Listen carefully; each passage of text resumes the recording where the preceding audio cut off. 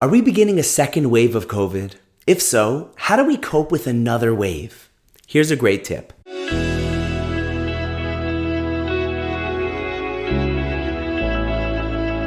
Hey everyone, and welcome back to Inspiring Hope. This is your weekly boost of uplifting Jewish inspiration. I'm Rabbi Tzvi Sytner, and on behalf of Aish.com and the Village Shul, I want to thank you all for listening. I also want to thank this week's sponsors.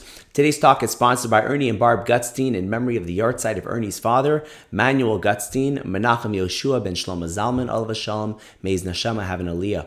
Today's also sponsored by Stan and Abby Simoli in memory of their loved ones who have passed away.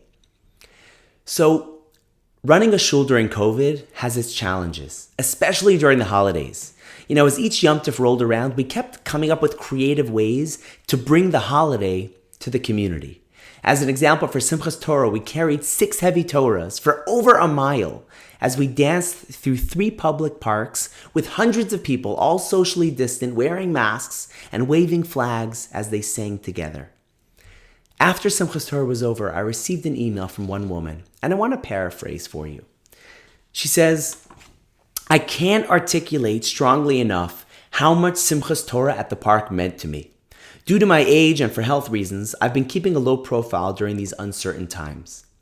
I stayed home for Pesach, for Shavuos, for Sukkot. I've been home for months.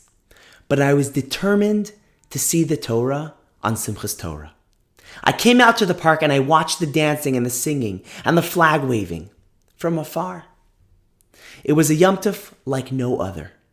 I blew kisses to the Torah from a distance, and even though I was standing afar, I felt close. I'm so grateful to all of you for enhancing my Yom Tov like never before. Am Yisrael Chai." It's amazing how the Jewish people need each other and can do more for each other now than ever before. Someone recently told me that the tallest trees in the world are these redwood trees. Now, these trees are known to grow almost 400 feet high. But the craziest thing about them is that even though they're so tall, their roots are only about 5 feet deep in the ground. So what keeps them from falling over? Because even though their roots are shallow, they spread out wide and they intertwine with all the other redwood roots underground.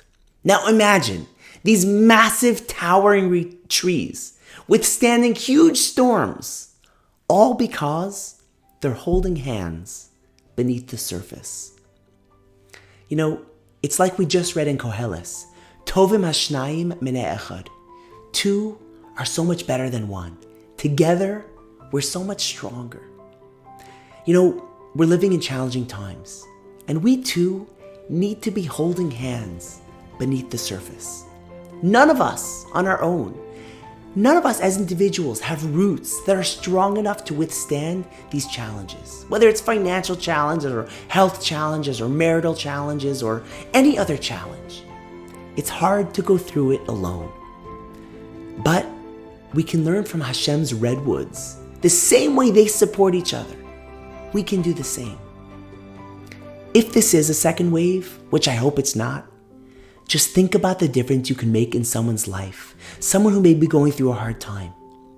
Whether through a phone call or a text message, just letting them know that you're thinking about them can make all the difference and keep them strong.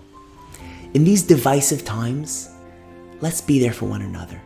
Let's support each other so that we can all stand tall together. And like she said in the email, Am Yisrael Chai.